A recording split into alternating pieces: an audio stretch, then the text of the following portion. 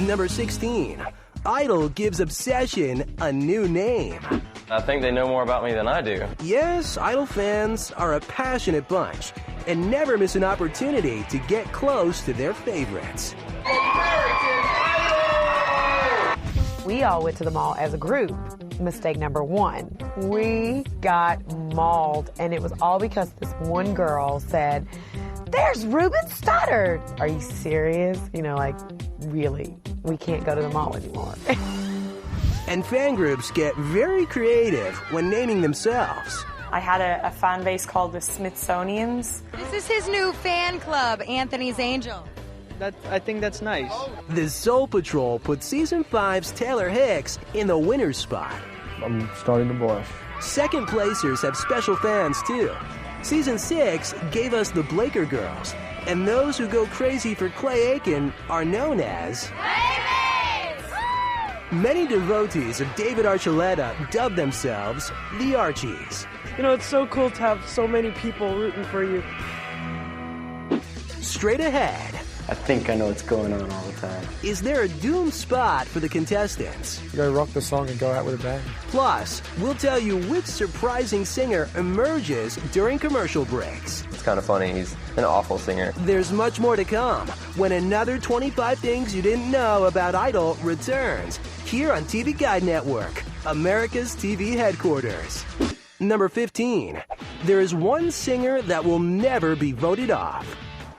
I'm actually one of those guys that sings to all of their songs. I listen to all those guys, and I sing along in my car, and I'm thoroughly embarrassed at intersections on a regular basis here in Southern California. Embarrassed or not, Ryan Seacrest is something of a closet crooner and even gets to showcase his voice on American Idol. Ryan Seacrest definitely sings during commercial breaks. It's kind of funny. He's an awful singer, but he's a really good host, so he makes up for it.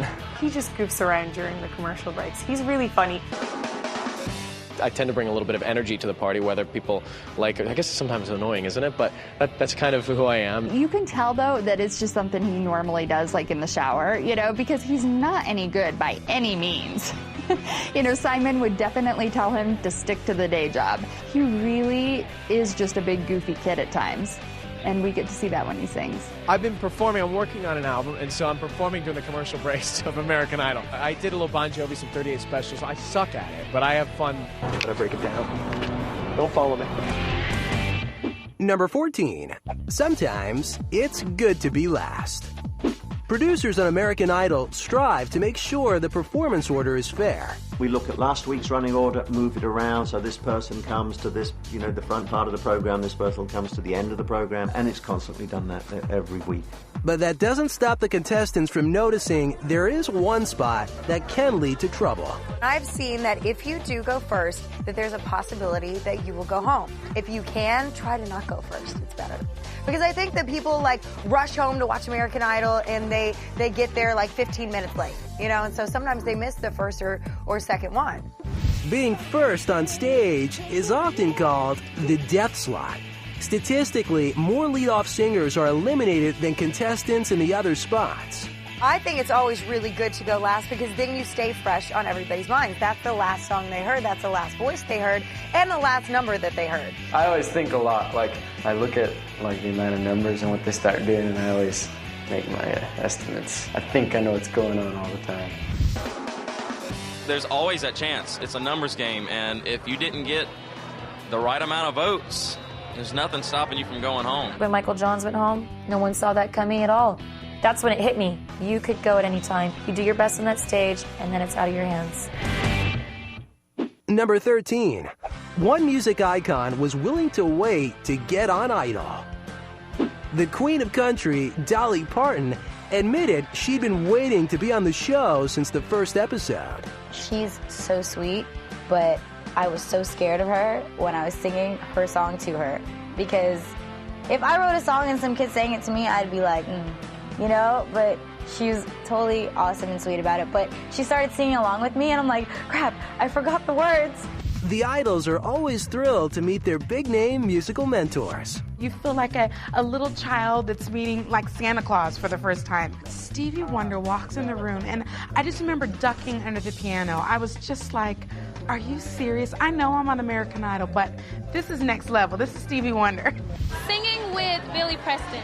That was fabulous. I had a wonderful time, and he was such a wonderful person. I did his last performance before he passed away. That was his last performance. And the mentors love being a part of the show, too. I knew that they needed some guidance. You know, they've got some very, very good people on the show, and I thought, well, maybe I could help them too. And I think they did do better. Thank you all so much! Up next. Don't tell me. What's really going on with the judges on American Idol? Plus, it's happening as it goes. And yeah, blunders happen, mistakes happen. We've got the dirt on how the live shows go haywire. Stick around. Another 25 things you didn't know about Idol will be back after the break. Number 12. The bickering stops when the cameras are off.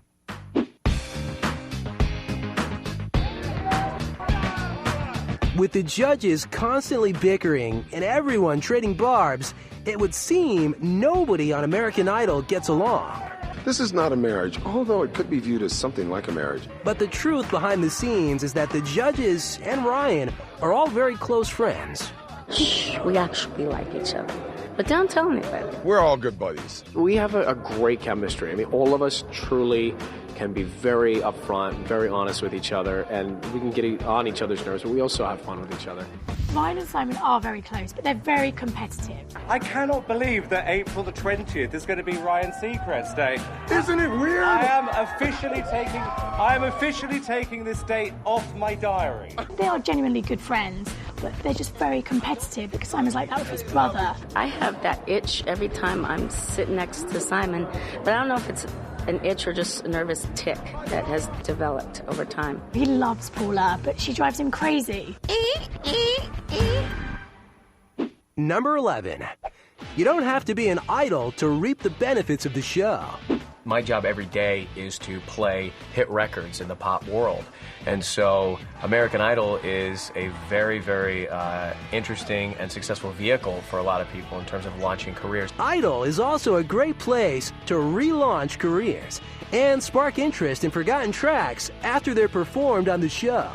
Like the Hallelujah song with Jeff Buckley's song going to #1 on iTunes. That was just blew my mind. That's something that never happened before on the show. So we not only saw Jeff Buckley's version of Hallelujah go to #1, but also Jason's version charted for a while. And, you know, after that, they made it so you couldn't see how the Idol's performances were actually selling on iTunes. It's a fairness issue. And for established performers, you just can't beat that Idol boost. The day after I was on American Idol, I'm in the airports, and you know, it's just like double, triple the amount of attention. So I guess it has a bigger impact than some of us could even imagine. Number 10. Live TV is no problem for Idol producers. The show really is live, and anything can happen. It's happening as it goes. And yeah, blunders happen, mistakes happen. I stopped and restarted. Yep. On live TV, things don't always go smoothly for anyone involved, even the audience. From my seat, you know, in the back, I'm looking and I see people drop like flies. I've seen 3 different people go down this season. Literally, like, they see David Archuleta and down they go. Producers are forced to make last-minute changes, and you never even know it. They know what they're doing. They're fully prepared for any mishaps. Cranky judge Simon Cowell helps raise the blood pressure of the producers on a weekly basis. What you don't get to see on TV, a couple of times during the commercial breaks, they run outside, Simon smokes a couple of cigarettes, and he barely makes it back in. He barely makes it back to the judge's seat. Every commercial break, we have stage managers out there telling him to put out the cigarette and get back to the seat. Number 9. Some songs aren't in the clear. Contestants pretty much get to pick whatever they want to sing during auditions. There's always something they can sing, but it has to be their choice. It's no good us giving them a song to sing for their audition. They may not have a clue. I mean, we find that even with the most famous songs on earth, they'll look at us and go, oh, I don't know that one. But if they pick a song the show can't clear, part of their audition might not air. Like David Archuleta in Season 7, who sang Gnarls Barkley's Crazy. There's lots of tunes Idol can't clear. If there was something that wasn't on the list, them trying to get clearance for it, because if there's more than one writer on a song, you have to get everybody's permission. You can't just get one person's permission. And regardless of clearance issues, there are some songs the judges never want to hear again. Joy to the World. That one tonight. Yeah, that one tonight. Falling, Alicia Keys. Falling, Alicia Keys. Etta James. At Last. Are you done with Etta James? Even though it's a great song, but my God. Later, I really looked at the card and I said, can you confirm this? we'll reveal how the Idol eliminations take their toll each week. But next... Hey, chill a little bit. What? Is American Idol looking for controversy? There's more to come when another 25 Things You Didn't Know About Idol returns here on TV Guide Network, America's TV headquarters.